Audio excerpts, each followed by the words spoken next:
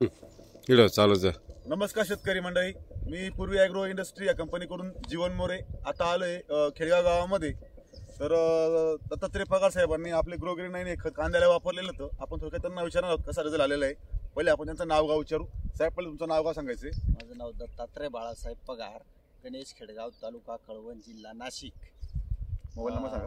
94 माझा mobile number 94 22 55 79 31. तर पगार साहेब, तुम्ही एकरी किती बॅग वापरल्यात? एकरी 4 बॅगा. 4 बॅग वापरल्यात, बरोबर आहे. हो.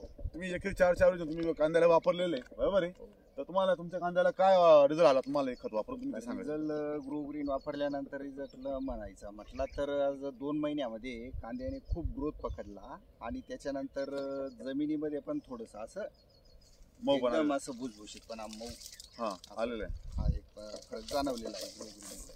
बरं, तुम्हाला तुमच्या कांद्यामध्ये पंजामध्ये काय काय तुम्हाला काही गोष्टी बदल वाटला? त्याच्यात आता डिस्टन मध्ये कसं आहे माहितीये का, तो काही काहींचा डिस्टन असा रासायनिक खत जेव्हा आपण वापरतो तेव्हा तो डिस्टन वाढून जातो ना, तर तसं याच्यामध्ये कुठेच जाणवलेलं नाही. डिस्टन एकदम छोटा आहे, ग्रोथ एकदम भरपूर पकडलेली आहे आणि ती जी पातींची जी संख्या आहे ती पण अशी भरपूर प्रमाणात वाढलेली आहे.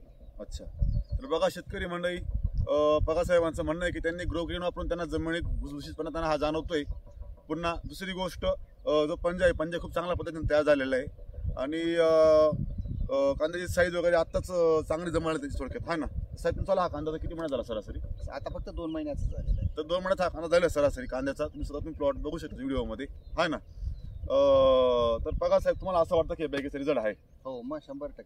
कारण इथून मागे पण करायचो ना, तर ह्या वर्षी ग्रोग्रीन वापरल्यानंतर जो रिझल्ट थोडा वेगळाच बघायला भेटलेला आहे. अच्छा, आता कांदे तर आपण दरवर्षी करतो, बरोबर, पण या वर्षी थोडंसं वेगळं बघायला भेटतं. तुम्ही बॅग वापरून तुम्ही खुश आहात? 100% खुश.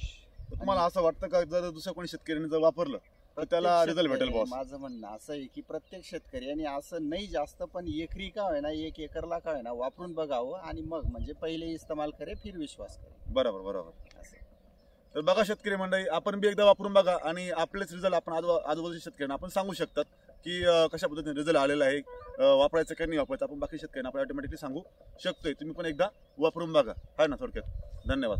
ओके. ओके.